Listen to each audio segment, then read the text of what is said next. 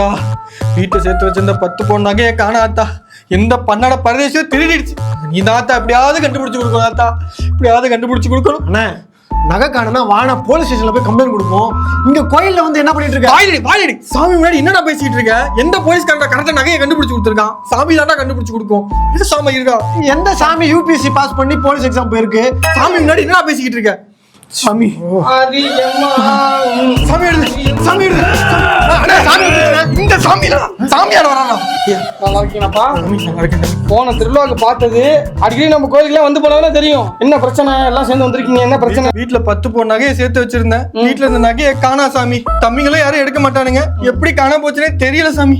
வேற வழி இல்லப்பா, மை போட்டு தான் கண்டுபிடிக்கும். வெத்தலையில மைய போட்டா தம்பி எடுத்தாங்களா எடுக்கலையான்னு கண்டுபிடிச்சிடலாம். புரியுதா இல்லையா? சமயபுரத்து மாரியம்மா மாரியம்மா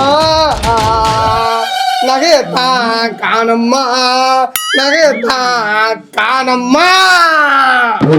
சமயபுரத்து மாரியம்மா அவனை நகை எடுத்தவன எப்பயாச்சும் கண்ணில் காத்திடி தெரியுது. என்னப்பா தெரியுது? ஐயா அந்த வெத்தலையை கொஞ்சம் கொடு சாமி. என்னப்பா கொண்டு வந்து இப்ப என்ன தெரிஞ்சு பாரு. ஐயோ என்ன உங்க அண்ணன் தெரியுது? இப்ப என்ன தெரிஞ்சு பாரு. மரி இவரு மூஞ்சி தெரியுது. மரி இப்ப யார் மூஞ்சிரா தெரியுது? அவரு மூஞ்சி தெரியுது. இப்ப யார் மூஞ்சி தெரியுது?